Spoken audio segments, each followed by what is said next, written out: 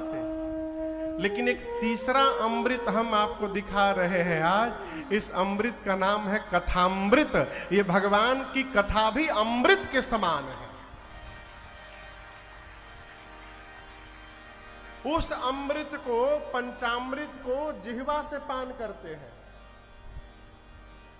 और इस अमृत को कान से पान किया जाता है। श्रवण रंध्र हुई उर जब आई, कान से प्रवेश करके हृदय में प्रवेश करे, ये है कथामृत। भगवान की कथा अमृत तुल्य है। गोस्वामी तुलसीदास याज्ञवल्क्य ऋषि कहते हैं, राम कथा शशि किरण समाना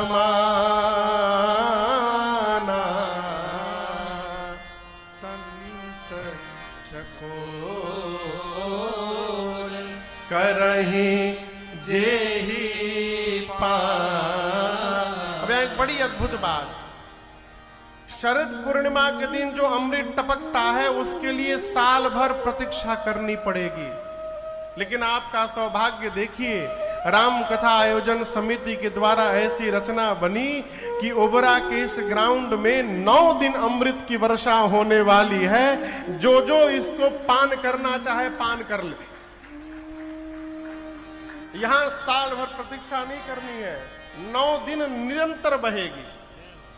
आगे दर्शन करिए। याज्ञवल्क्य ऋषि कहते हैं, जो इस अमृत को पान करने के लिए सदैव लालायित रहे वही जीव संत है। संत कौन? जो भगवान की कथा सुनने के लिए लालायित है वो जीव संत है। संत चकोर करहि जेहि पाना। अब तो विज्ञान का जितना भी धन्यवाद विज्ञान को कहा जाए कम है। विज्ञान ने ऐसा साधन बना दिया, अरे चलते फिरते रोते गाते सुख दुख में मन को समझाते। चलते रहिए तो मोबाइल में कथा सुन लीजिए, हैं?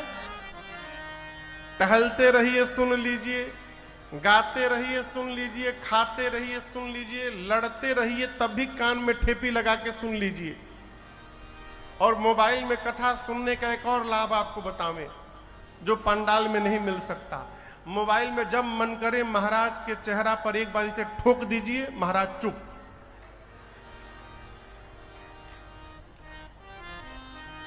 अब जब तक आप दोबारा नहीं ठोकिएगा महाराज बोलने वाले नहीं है, यहां तो आप नहीं रोक सकते, आपको सुनना ही पड़ेगा। ये साधन का लाभ है। कहने का अर्थ है, जो जीव कथा सुनने का आदी हो जाए वो जीव अपने जीवन में संतत्व का वर्ण कर चुका है। यही संत को परिभाषित करता है। ये संत का एक लक्षण है। क्या? जो जीव कथा सुनने के लिए चकोर की तरह लालायित रहे वो जीव संत है। संत चकोर करहि जेहि पान। ये मानस के दूसरे वक्ता थे श्री याज्ञवल्क्य ऋषि, जिन्होंने महिमा गाई। अब याज्ञवल्क्य ऋषि कहते हैं, भरद्वाज जी से, मुनिवर मैं आपको वो कथा श्रवण कराने जा रहा हूं जो कथा कैलाश में बैठकर भगवान शंकर ने मां भवानी कहे तो पार्वती मैया को सुनाया। अब तीसरा घाट है कैलाश पर्वत। यहां कथावाचक है भगवान शंकर और श्रोता के रूप में प्रधान रूप से मां पार्वती जी विराजमान है। बाबा ने महिमा कथा की सुनाई और कहा, देवी राम कथा कली बिटप कुठारी। राम कथा कली बिटप कुठारी। सादर सुनो गिरिराज कुमारी। सादर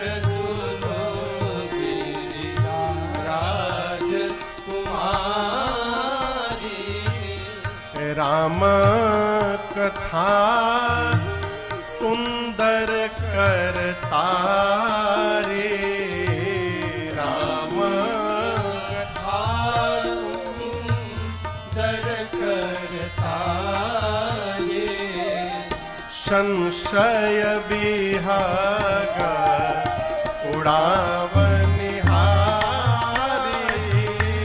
संशय विहग उड़ावनिहारी,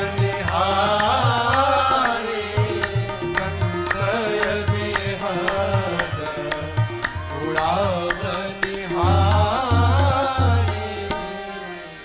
भगवान शंकर ने राम कथा की महिमा में दो चौपाई कही मां पार्वती से।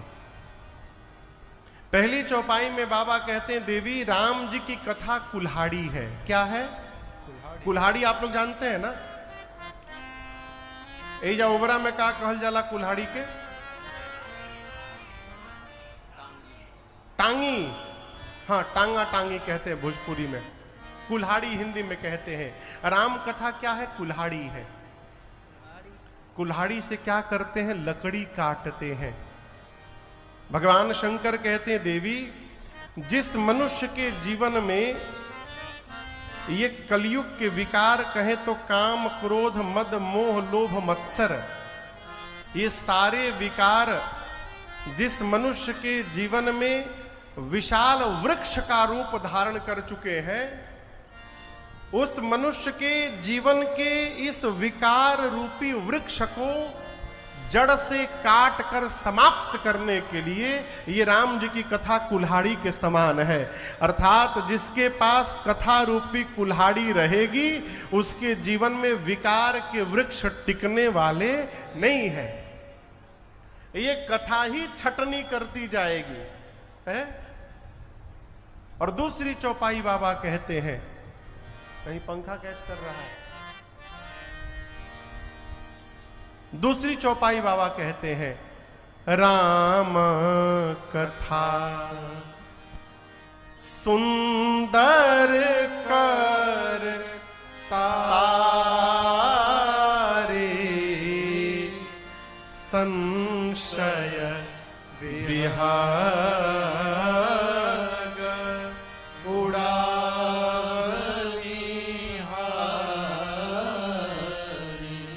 भगवान शंकर कहते मां पार्वती से देवी भगवान राम की कथा हाथ की सुंदर ताली है।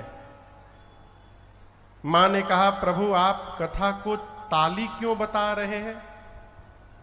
शंकर जी कहते हैं देवी जिस प्रकार बहुत सारे पक्षियों का समूह कहीं पर एकत्रित हुआ हो, बहुत सारे मान लीजिए कबूतर आके बैठे हो यहां पर, और उसी मध्य कोई जीव गया और जाकर उसने एक बार जोर से ताली बजा दिया तो क्या होगा?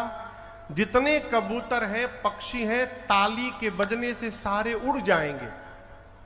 उसी प्रकार देवी राम जी की कथा वो ताली है हाथ की, जो मनुष्य इस ताली को यदि जीवन में बजाता रहे बार बार, तो उस मनुष्य के जीवन में जितने संशय के पक्षी विराजमान हैं, इस कथा रूपी ताली के बजने से सारे संशय के पक्षी अपने आप उड़ के चले जाएंगे, वो जीव संशय रहित हो जाएगा। ये कथा की सबसे अद्भुत महिमा बाबा ने बताई। देखिए कथा सुनने का यही अर्थ है संशय समाप्त हो जाए।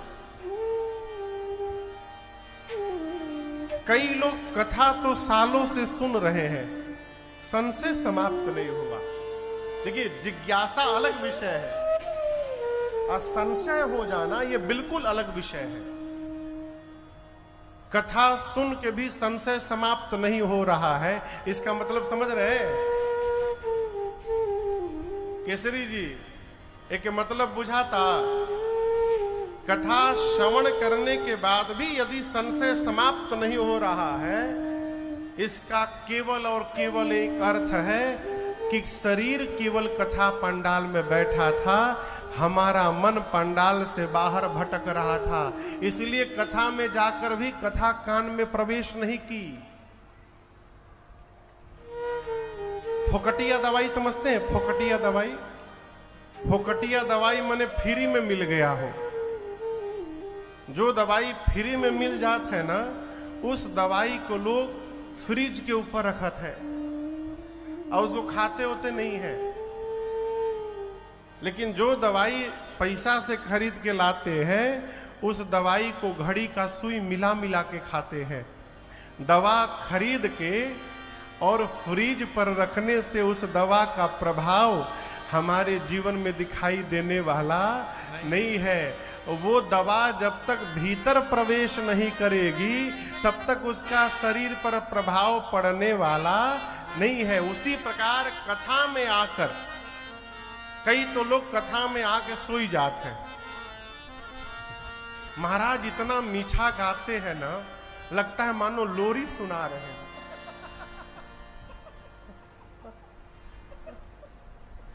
तो क्या हम कर्कश गावे कि जो सोया हो वो भी जग जाए? आप बताओ।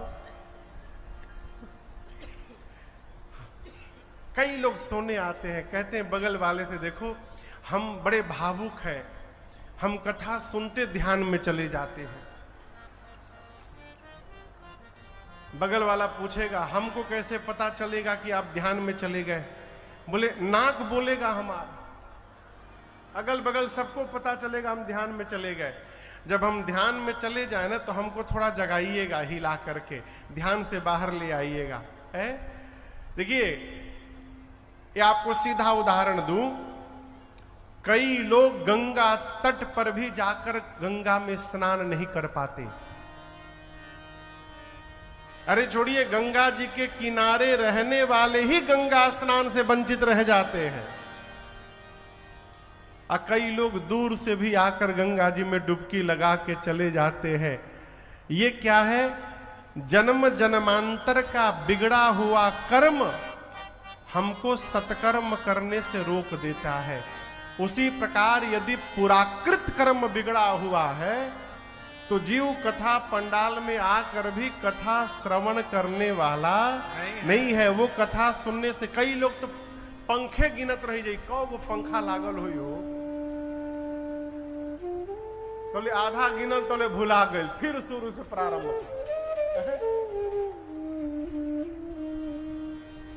बहुत पहले कलकत्ता में एक चटर्जी हाउस है, पता नहीं वो 45 माला है कि 35 माला है। एक समय का सबसे ऊंचा बिल्डिंग कलकत्ता का था वो। अब तो उससे भी ऊंची ऊंची बिल्डिंगें हैं। तो हमारे पूर्वांचल से एक सत्य घटना सुना रहा हूं। पूर्वांचल से एक लड़का गया। वो लड़का का आदमी थे, वो 32-34 साल के थे। वो कलकत्ता आ गए तो उनके बाबूजी बोले, देखिए बहुत ठग रहे लसनीजा, कहीं ठगैया मत। तो बोले हाँ, हमरा के ठगी, हम बिहार से आयल बनी।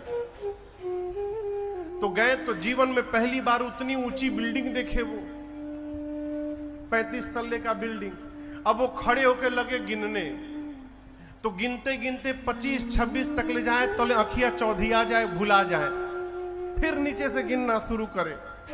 तो वो आधे घंटे से गिन रहे थे, गिन नहीं पाए कितना तल्ला बा। तब ले एगो बंगाली पहुंचे, बोले है रुको रुको रुको, क्या कर रहे हो? गिन रहा हूं। कितना गिने हो? तो वो गिने थे 30 तल्ले तक पहुंचे थे। बोले 15 तल्ला गिने। बोले 15 रुपया दो। तो 15 रुपया दे दिए निकाल कर। घरे गए, जाकर बाबूजी से बोले कि बाबूजी कहतलन कि ठग ली हसन, हम ही ठग के आयल बनी एक जना के आज। तो बाबूजी पूछे का कैला हवा? तो कहा कि 30 तल्ला ले गिनले रहनी, 15 ही बता के 15 रुपया दे के आयल बनी खाली। बाबूजी कपार पकड़ के बैठ लिए, ठगा गईला ना। कहीं बिल्डिंग गिनला के पैसा दिहल जाला कहीं पर। उसी प्रकार कथा पंडाल में भी आकर जीव ठगा जाता है हो। यहाँ अमृत बह रही है, अमृत छोड़कर वो खंभा गिनने में लगा होगा, कौ वो पोल लागल हुई पंडाल में, इधर से गिनेगा उधर से गिनेगा। कथा कहती है, अरे राम कथा गंगा सुगम बही जाए, पर एमा को नहाए राम कथा गंगा सुगम बही जाए, एमा को नहाए। श्री राम कथा गंगा सुगम बही जाए, एमा को नहाए। राम कथा गंगा सुगम बही जाए, एमा को नहाए।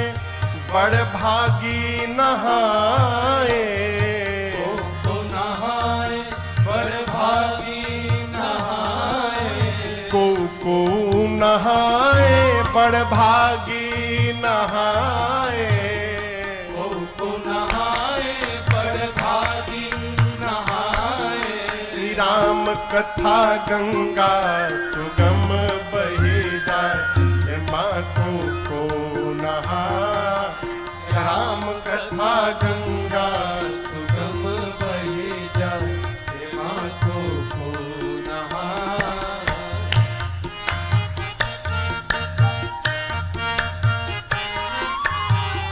ब्रह्मा नहाए माँ विष्णु नहाए, ब्रह्मा नहाए, गाइए। विष्णु नहाए। ब्रह्मा जी नहाए माँ विष्णु जी नहाए।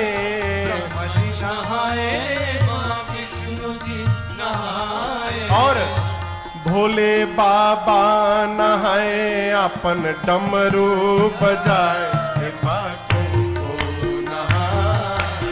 बाबा नहाए अपन डमरू बजाए, एमा को नहाए। श्री राम कथा गंगा सुगम बही जाए, एमा को नहाए।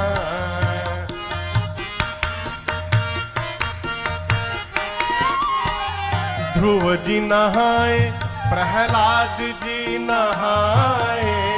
ध्रुव जी नहाए, प्रहलाद जी नहाए।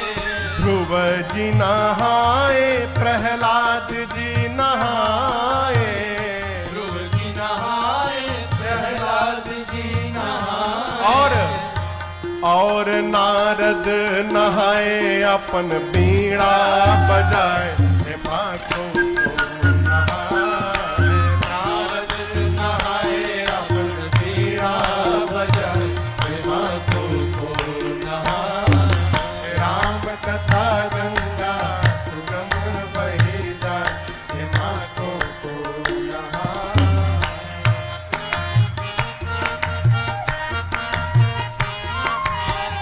मीरा नहाई, कबीर जी नहाए। मीरा नहाई, कबीर जी नहाए। मैया मीरा नहाई, कबीर जी नहाए। मीरा नहाई, कबीर जी नहाए। बाबा तुलसी नहाए अपन कथवा सुनाए, एमा को नहाए। तुलसी नहाए अपन कथवा सुनाए, एमा को नहाए। राम कथा गंगा सुगम बही जाए, एमा को नहाए।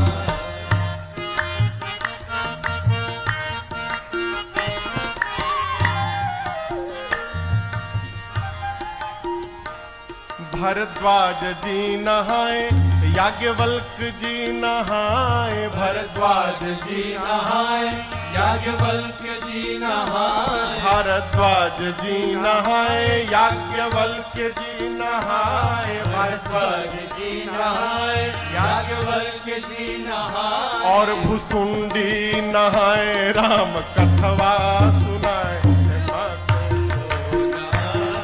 भुसुंडी नहाए, राम कथवा में जाए, एमा को नहाए। हरे राम कथा गंगा सुगम बही जाए, एमा को नहाए। राम कथा गंगा सुगम बही जाए, एमा को नहाए। श्रोता नहाए, समिति नहाए श्रोता नहाए समिति नहाए समिति नहाए यजमान नहाए समिति नहाए यजमान जी नहाए और राजन नहाए राम कथवा को गाए माँ को नहाए राजन नहाए राम कथवा को गाए माँ को नहाए राम कथा गंगा सुगम बही जाए माँ को नहाए राम कथा गंगा सुगम बही जाए माँ को नहाए माँ को नहाए माँ को नहाए माँ को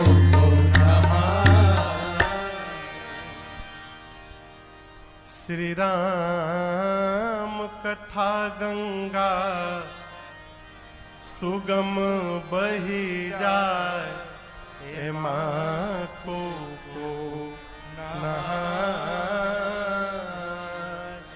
देखिए,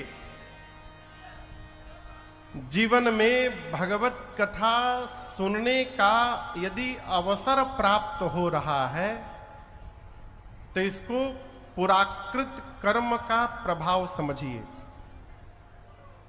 कहो, जीवन में भगवत कथा में पहुंचने का अवसर यदि प्राप्त हो रहा है तो अपने द्वारा पिछले जन्म में किए गए कर्म का परिणाम समझिए। आगे सुनिए, कथा में पहुंचकर यदि कथा कान में प्रवेश हो रही है और हमको समझ में आ रहा है, इसको अपने ऊपर भगवान की कृपा समझिए। बिना भगवत कृपा हुए कथा कान में प्रवेश ही नहीं कर सकती।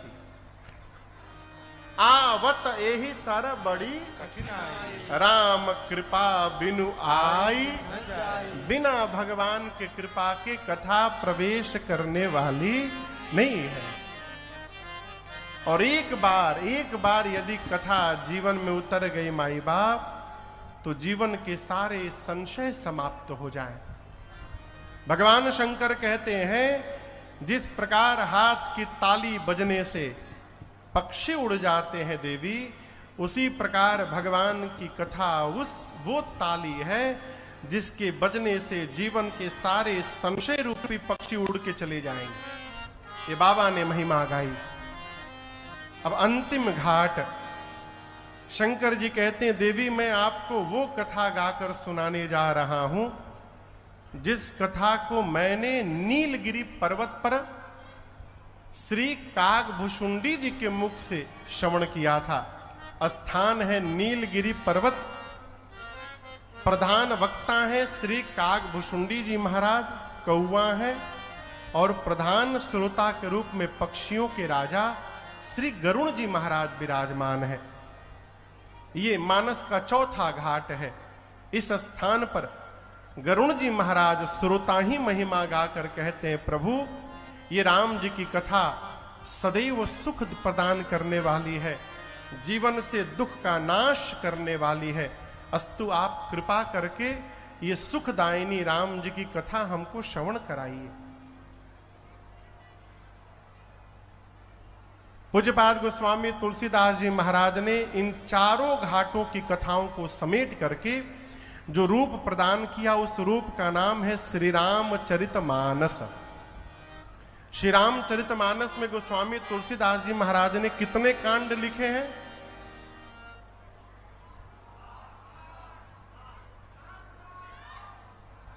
पहले डिसाइड कर लीजिए, 7 की 8? 7 कांड। हाँ, कई लोग 8 बोल रहे हैं। नहीं, 8 कांड भी होगा, इसको बुरा न मानिए। तीर्थराज प्रयाग में 2013 में महाकुंभ लगा था, 13 या 12 में। तो एक पुस्तक की दुकान पर मैं खड़ा हुआ एक पुस्तक लेने के लिए। तब तक एक माई आई, दुकान वाले भैया से पूछी कि श्री रामचरितमानस है? दुकान वाले बोले हाँ है। 7 कांड वाला चाहिए कि 8 कांड वाला?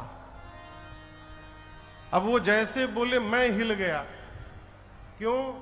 हम सोचे थे हम तो आज तक 7 ही कांड पढ़े, 8वां कांड कहां से आ गया।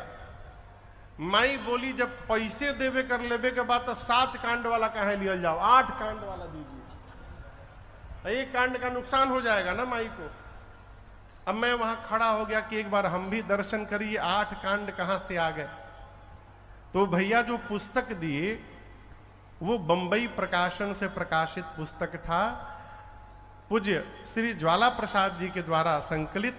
उसमें 7 कांड तो गोस्वामी जी के थे, बाल कांड, श्री अयोध्या कांड, अरण्य कांड, किष्किंधा कांड, सुंदर कांड, लंका कांड और 7वां कांड उत्तर कांड। ये 7 कांड पूज्यपाद गोस्वामी तुलसीदास जी वाले थे। और 8वां कांड उसमें जोड़ा गया था लवकुश कांड। लेकिन प्रातः स्मरणीय पूज्यपाद गोस्वामी तुलसीदास जी महाराज ने जिस श्री रामचरितमानस की रचना की है उसमें 7 कांड है। यही मह रुचिर सप्त सोपान, 7 कांड है। श्री बाल कांड के प्रारंभ में गोस्वामी तुलसीदास जी ने 7 श्लोक लिखे। 7 ही क्यों लिखे? ऐसा संत कहते हैं कि 7 कांड है, इसलिए प्रत्येक कांड का स्मरण करके गोस्वामी जी ने 7 श्लोकों की रचना की। सबसे पहले श्लोक में गोस्वामी तुलसीदास जी महाराज वर्णानामर्थ संघानाम रसानां छंद सामपि मंगलानां चकर्तारो वंदे वाणी विनायको।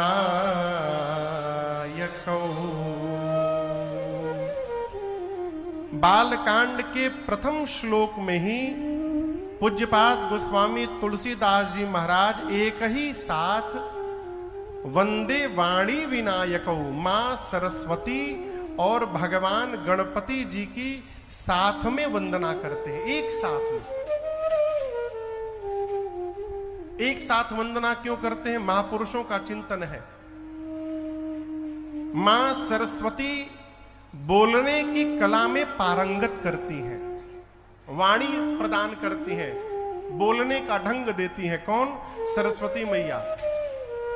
और गणपति भगवान विवेक प्रदान करते हैं, बुद्धि प्रदान करते हैं कि क्या बोलने योग्य है और क्या बोलने योग्य नहीं है। आप समझ रहे हैं? बोलने का ढंग आ जाए, लेकिन यदि विवेक ना रहे तो मनुष्य न जाने क्या क्या बोलने लगेगा। एक कवि जी थे, कवि, उनका एक ही बेटा था। कवि जी को चिंता थी कि हमारे बाद हमारी ये कविता की विरासत हमारा बेटा आगे लेकर कैसे बढ़ेगा, तो उसको तैयार किया जाए। तो एक बार एक जगह श्रद्धांजलि सभा बैठी।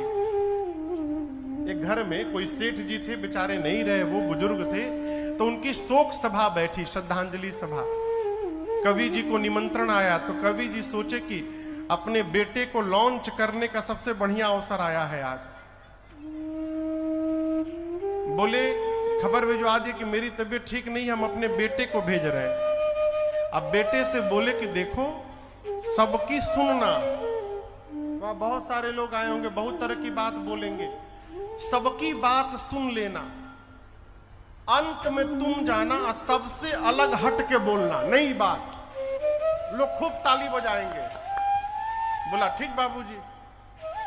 गया, जाकर शोक सभा में बैठ गया। सब लोग बारी बारी मंच पर जाते रहे, सेठ जी के बारे में सम्मान में बड़ाई में बोलते रहे। धर्मात्मा थे, साधु थे, संत थे, इन्होंने ये किया, उन्होंने वो किया, एक ही बात सब बोले।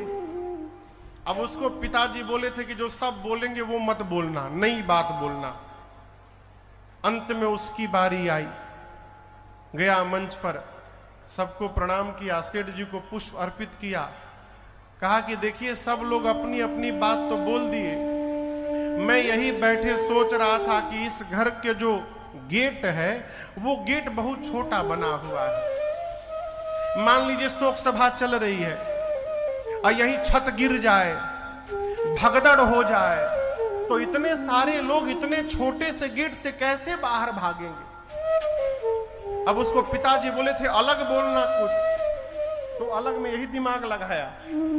घरवा वाले पकड़ के खूब पीटे उसको, बोले तो हमारे बाबूजी गए हैं और तुम ऊपर से छत गिराकर और यहां भिजवाना चाहते हो, ये क्या है? बोलने का ढंग तो प्राप्त है, क्या बोलना है उसका विवेक यदि जीवन में नहीं है तो जीव न जाने क्या क्या बोलने लगेगा। दूसरी बात, विवेक हो जाए लेकिन माइक पकड़ला पर पूरा शरीर थ्रेसर नियर कांपे।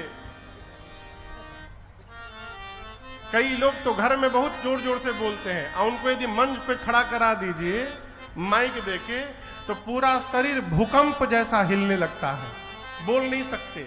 ये क्या है? ज्ञान है लेकिन बोलने का ढंग नहीं है। गोस्वामी तुलसीदास जी महाराज कहते हैं, मां मैं गागर में सागर भरने जा रहा हूं, इसलिए हे मां सरस्वती और गणपति भगवान, आप दोनों मिल करके एक साथ मेरे पर कृपा करिए, जिससे मैं इस श्री रामचरित मानस ग्रंथ की रचना पूर्ण कर सकूं। इसलिए पहले श्लोक में गोस्वामी जी ने गणपति भगवान और मां सरस्वती की साथ में वंदना की। दूसरे श्लोक में बाबा कहते हैं, भवानी शंकरौ वंदे श्रद्धा विश्वास रूपिणौ याभ्याम विना न पश्यन्ति सिद्धः स्वान्तः स्थमेश्वरम्। दूसरे श्लोक में पूज्यपाद गोस्वामी तुलसीदास जी महाराज मां पार्वती और भगवान शंकर की वंदना करते हैं। लेकिन आप दर्शन करिए, गोस्वामी जी ये नहीं बोले कि मैं शंकर जी और पार्वती जी की वंदना कर रहा हूं। गोस्वामी जी बोले मैं उन पार्वती जी और शंकर जी की वंदना कर रहा हूं जो श्रद्धा और विश्वास के प्रतिमूर्ति हैं। मां पार्वती क्या है? श्रद्धा है और